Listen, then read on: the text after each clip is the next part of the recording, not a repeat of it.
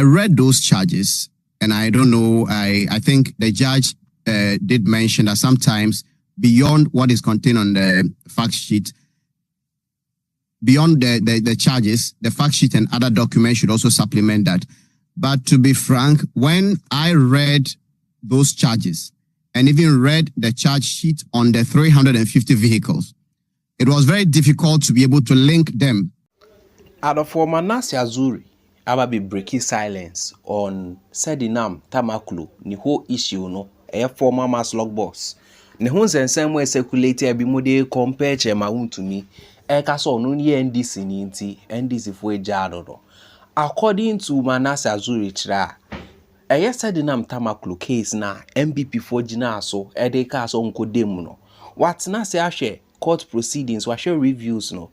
No share the any mudi who say loopholes wom MPP for share that pa and mubu asem to so. Until there are loopholes in that very verdict and what the man said the name Tamakloe ni whole case now for me without majly me person mekasa uti and someone Manase Azuri kana. I don't know if this is a tactic or mujina sudi said the name Tamakloe and now say it is the reality because me ni hobby, but this according to what Manase Azuri has to say on the internet ni the brina kasa so mo yi said the name Tamakloe dia. And you also chema to me so munyino, Sankrofo no, or more kasa, no new mo ya adwin me pese obeche wadwo comment mu. But so only mo nya adwin so feel free. So be then oba comment but this is the substantive issue. On Sedinam Tamakloe ni issue na ye jano no. Ebinom se omonti ase and Manase Azuri de ohun ye no and I say penny information no one enkomo ababedi no eno hu nkomo ena eba beti what this side. A way to hold on to that verdict. Okay. The state says it is filing an appeal. I think it has done that by now. It's also seeking to stop her from being released from prison. I don't know how that is going to happen because by now the orders would have been drawn up, the warrant would have been issued. She should be out there enjoying her freedom because that's what the... And first thing I saw, and I took time to pay attention to the issues that I'm familiar with even before they went to court. And if you take the charges relating to causing loss, which were struck out as defective, I read those charges, and I don't know, I think the judge did mention that sometimes beyond what is contained on the fact sheet, beyond the charges, the fact sheet and other documents should also supplement that. But to be frank, when I read those charges and even read the charge sheet on the 350 vehicles, it was very difficult to be able to link them. I could only do so because I knew the amounts involved in the 100 buses, 100 saloon cars, and the 150 other saloon cars. That was the only way I could link them. So, reading and getting to know what the expectation was in terms of providing details, I tend to agree with the judge that those charges would leave, if I were to defend myself in those circumstances, I would struggle to link them up. I don't know what happens during case management conferences, whether this could be resolved, but that's for the lawyers. I also realized that when it came to the 500,000, there was so much emphasis that was placed on the document that was allegedly written, a letter written by Sedinam Tamakloe acknowledging receipt from Obatampa. And Mr. Inusaf Husseini mentioned that this judgment provides so many lessons. I very much agree, and I think I said that at the beginning, but we should also be very cautious. When it comes to the case of corruption, people don't want to leave traces. The reason someone would want cash and not check is so that when they trace, they are not going to find it. So if payments have been made, if I were the prosecutor, I would pay more attention also to the people who paid the money. They were also in court to testify. How did the judge see their testimony? Was it credible enough? Interestingly, when reading the original judgment of the High Court, I realized that they also placed a lot of emphasis and premium on that letter. And the judge at the Court of Appeal was saying that, well, all the Maslock officials failed to authenticate that document. But I found it reasonable that they said, well, they didn't know about the existence of that document until the investigation started and they were called to Iyoko. And if anybody wanted to obscure their dealings or hide anything, I don't think they would put such document in the files of Maslock for others to come and see. So on that basis, and there was also another payment of some 50,000 by the driver and others. So the point I'm trying to make here is, in as much as we are very concerned about the amount of evidence, I think we should also make room for corruption investigations and prosecutions. When it comes to bribery, nobody gives receipt. So if you want to, going forward, emphasize the availability of letters. Granted that this person, knowing that this letter could be traced to her, could sign the signature, have him just put it there so that if you even do forensic audit of that signature, it wouldn't match with hers. So the point I'm making is that in that case, the lesson should be learned. The final point I would want to make briefly has to do with the issue of the procurement. And when you come to the procurement, the judge said the prosecution failed to make its case, and then cited a letter, a 5th December letter from the finance ministry to back the case, saying that, well, there was this letter from the finance ministry spelling out or affirming that there were some financial authorization of a sort for the transaction. But if you look at the details listed in the judgment of the High Court, the Maslock wrote to PPA in August, and then PPA requested that they furnish them, that's Maslock should furnish PPA with a financial clearance for that transaction. Now that financial clearance, as we find in the judgment, came on the 5th of December. Then on the 6th, a contract is signed. But that is not all.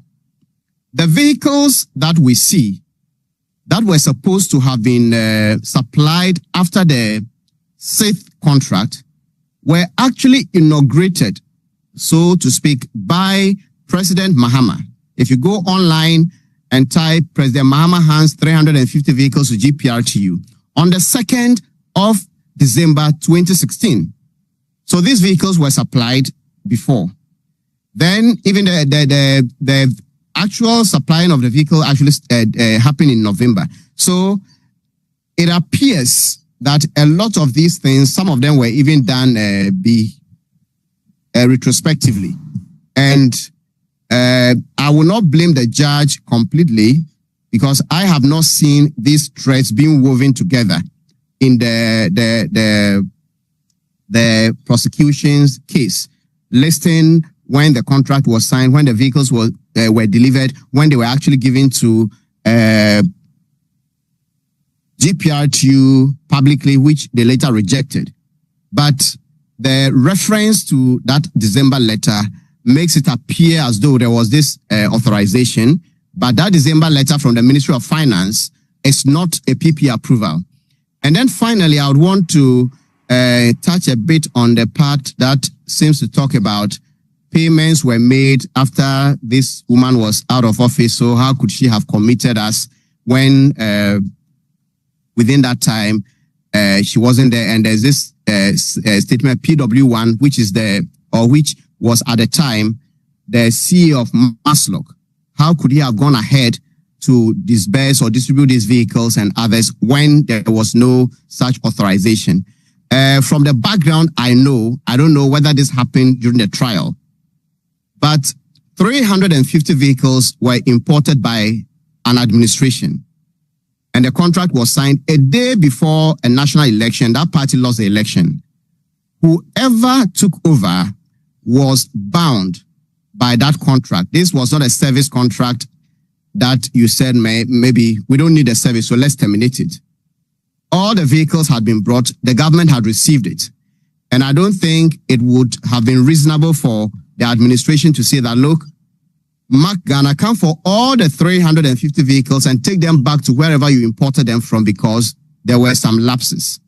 So I think those ones were a bit overstretched to tend to make the accused at the High Court and the appellant in this case. You spoke about the 500,000 investment. So as we know from the IOCO investigations, in June of 2014, Maslock decided to invest a sum of 150,000 in Obatampa Microfinance Company Limited. That's a tier 2 microfinance company in Ejura, in Ashanti region. That was June 2014. Then, shortly thereafter, still in 2014, July 24th, Maslock decided to invest 500,000 in that same company. Then it is after Maslock issues an ADB check from its bank account to the microfinance loans company that it begins to have discussions with the company about the percentage of interest. So she said that they wanted 24% interest. And the company told her that that is too much. They can't afford it. She asked for a refund. They say you paid in check. So we are returning a check with that value, 500,000. She insists and demands cash payments. So on 28th of August, the board chairman takes that money in a bag in the night to Bachona Spintex and hands that money to her. Do you really blame a judge who looks at this situation and asks herself the question, which corporate executive does this? Who will refuse a check for a cash in this circumstance and ask for the money to be brought to them in the night at a filling station? And why would you give the money out first before you say, I want this percentage of the investment? All of that would have been agreed first. What do you think? Well, when it comes to the how they do their things in between Maslock and this organization in terms of agreeing on the percentage, I have no idea how they transact their business. But having been in the business of anti-corruption investigations, cash dealings higher than this amount that is being quoted, I think there are people who may have taken millions, tens of millions of cash, and then when they hear you saying this, they'll be there laughing about 500,000 is peanuts. So these cash transactions go on. And if somebody wants to take a bribe, they will not take a check. If somebody wants to take kickbacks, they wouldn't take it in a check. And if anybody at all was minded to get this money out of the Maslock system, then they would probably be more interested in taking it in cash than allowing it to be paid into the Maslock system or account before they go through the bank and other processes to take it out. So the point I'm making is, I'm not saying that we shouldn't give or put any value at all on the supposed check. But if you want the Maslock officials who testified to have authenticated that check, they're saying that no, we didn't know about it until we're called to IOCO. So it is not in our files. We don't have it. And the other point I'm making is that... Yes, what do you make of the point the judge makes? That she herself, while she was there, the right to demand interest on that investment when the money had already been refunded to her. And then Stephen Amwa also comes to take over that office and writes to the company and asks for interest because he knows that they have an investment in the company. Yes, as for Stephen Amwa's one, I don't think it strengthens her case in any way. But her own letter, I think I read somewhere that it was co-signed. So I don't know how that letter was written, whether the board asked them to write or whatever. But the point or the I'm thinking like the judge a bit, even though in criminal law you must prove beyond reasonable doubt.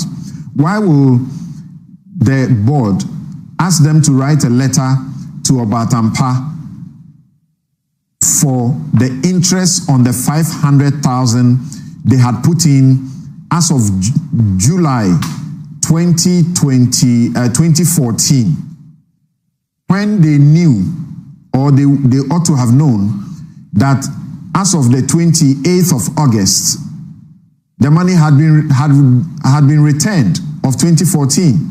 So why will you write to the company asking them for interest on the amount? Yes, the point I was coming to make is that from all the narration, there is only one person. That is, if the account of Obatampa is to be believed, there was only one individual at Maslog who knew about this return of funds. Because if the money had been paid into the account, then everybody within the chain would know. But they say they met this person at Bachona Total with cash. And we don't have any evidence that this cash was later paid into Maslog account or everybody in that organization was informed.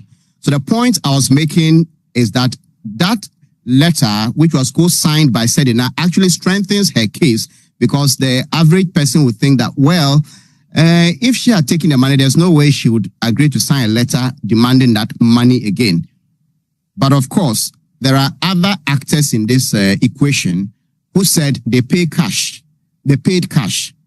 And anybody who wanted, I don't have evidence to say that this is what she did.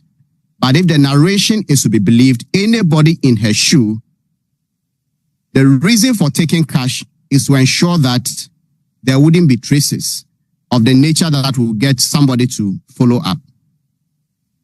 All right. Well, if somebody said, and I'm coming to you, Nusa, if somebody said that Sedinam and her operations manager brought this upon themselves by this kind of transaction, one face of it, not all the others, what will you say? Which transaction?